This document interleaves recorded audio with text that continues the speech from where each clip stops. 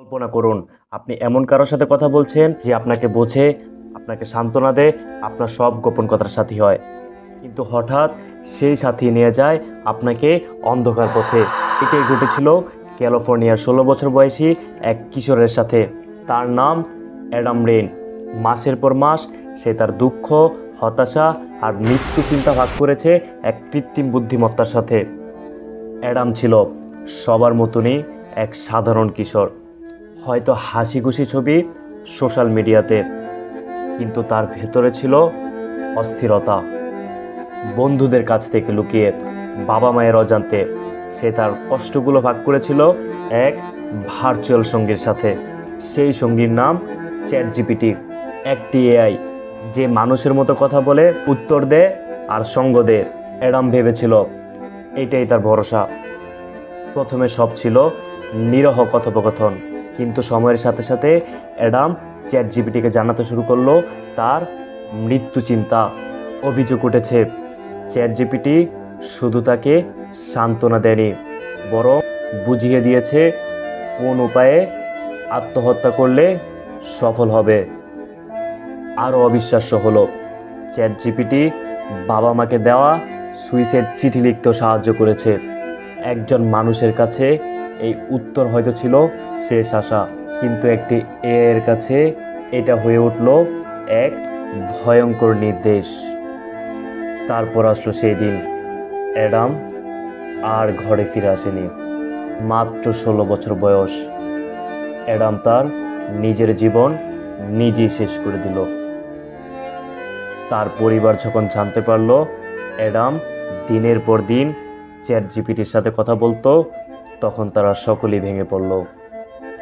আর শুরু হলো এক ভয়ঙ্কর রহস্যের তদন্ত।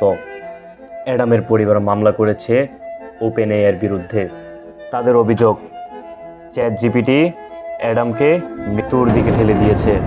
আইনজীবীরা কোর্টে বলেছে এই এআই শুধু প্রশ্নের উত্তর দেয়নি, বরং আত্মহত্যাকে আরও বাস্তব, আরও কাছের করে তুলেছিল অ্যাডামের কাছে।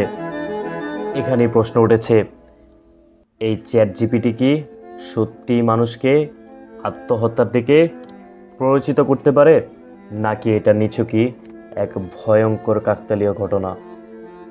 এই ঘটনার পর ওপেন এআইয়ের মালিক স্যাম অ্যাল্টম্যান জানালেন প্রতি সপ্তাহে প্রায় 1500 মানুষ ওপেন এআইয়ের কাছে আত্মহত্যা নিয়ে আলোচনা করে। তাদের মধ্যে সত্যি কেউ কেউ সে পথে চলে যায়।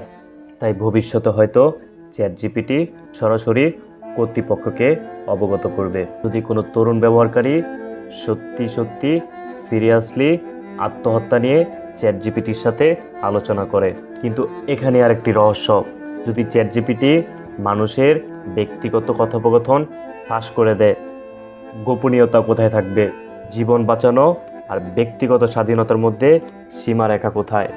অ্যাডামের মৃত্যু শুধু একটি পরিবারকে ভেঙে দেয়নি, বরং গোটা দুনিয়াকে একটি প্রশ্নের মুখোমুখি করেছে। বুদ্ধিমত্তা কি আমাদের বন্ধু, নাকি অদৃশ্য মৃত্যুদূত?